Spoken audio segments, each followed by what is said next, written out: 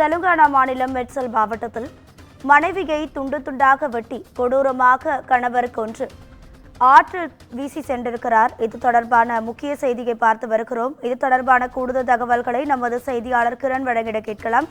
கிரண், வணக்கம். உங்க விரிவான தகவல். வணக்கம் ராதிகா. தெலுங்கானா மாநிலம் மேட்சல் மாவட்டத்தில் மனைவியை கணவன் துண்டு துண்டாக வெட்டி கொலை செய்த சம்பவம் பெரும் அதிர்ச்சியை ஏற்படுத்தியது. மல்காஜ்கிரி மாவட்டத்தில் உள்ள போடப்பல் பாலாஜி ஹில்ஸ் பகுதியைச் சேர்ந்த ஜோதி என்ற கர்ப்பிணி பெண்ணை அவரது கணவர் மிகவும் கொடூரமாக கொலை செய்து மேலும் அவரது உடலை அப்புறப்படுத்தும் வகையில் உடல் பாகங்களை துண்டு துண்டாக வெட்டிய சம்பவம் தற்போது மாநிலத்தில் பெரும் பரபரப்பை ஏற்படுத்தியுள்ளது. விகாராபாத் காமரெட்டி கூடாவை சேர்ந்தவர் மகேந்தர் ரெட்டி 19 மாதங்களுக்கு முன்பு அதே கிராமத்தைச் சேர்ந்த யாதவ சமூகத்தைச் சேர்ந்த சுவாதி என்கின்ற ஜோதி என்ற பெண்ணை காதலித்து திருமணம் செய்து கொண்டார். சில காலம் இவர்களது திருமண வாழ்க்கை சுமூகமாகவே சென்ற நிலையில் தம்பதியினரிடையே தகராறுகள் தொடங்கியதாக கூறப்படுகிறது. மேலும் மனைவியை அவளது பிறந்த வீட்டிற்கு கூட அனுப்பவில்லை என கூறப்படுகிறது.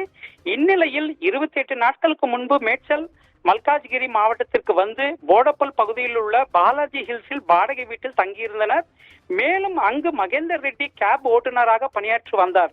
இந்த சூழ்நிலையில் மீண்டும் இருவருக்கு இடையே தகராறு ஏற்பட்டதை அடுத்து மகேந்தர் ரெட்டி தனது மனைவியை மிகவும் கொடூரமாக வெட்டி கொலை செய்துள்ளார்.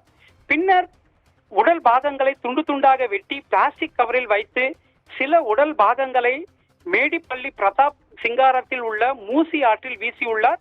இதற்கிடையே வீட்டை சுற்றியிருந்தவர்கள் வீட்டிலிருந்து ஏதோ சத்தங்கள் வருவதை அடுத்து சந்தேகப்பட்டு இது குறித்து காவல்துறையினருக்கு தகவல் அளித்துள்ளனர்.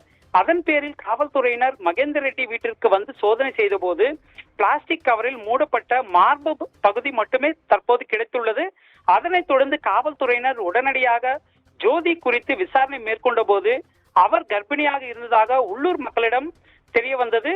அதனைத் தொடர்ந்து மகேந்தர் ரெட்டி குறித்து விசாரணை மேற்கொண்ட போது மகேந்தர் ரெட்டியின் உறவினர் ஒருவர் காவல்துறையினருக்கு தகவல் அளித்ததை அடுத்து மகேந்தர் ரெட்டியை காவல்துறையினர் கைது செய்தனர். அதனைத் தொடர்ந்து மூசி ஆற்றில் உடல் பாகங்களை வீசியதாக மகேந்தர் ரெட்டி காவல்துறையினரிடம் தெரிவித்ததை அடுத்து பிரதாப் சிங்காரம் அருகே ஆற்றில் தற்போது தேடுதல் பணியில் காவல்துறையினர் மேற்கொண்டு வருகின்றனர். காதலித்து திருமணம் செய்து கொண்ட மகேந்தர் ஏன் சைக்கோ போல மாறினார்? ஜோதியை கொலை செய்யும் அளவிற்கு கடுமையான முடிவை ஏன் எடுத்தது? ஜோதியின் கொலைக்கு வழிவகுத்த காரணங்கள் என்ன என்பன போன்ற விவரங்கள் காவல்துறையினரின் முழுமையான விசாரணையில் தெரிய வரும் என எதிர்பார்க்கப்படுகிறது. ராதிகா, உங்க தகவல்களுக்கு நன்றி கிரண்.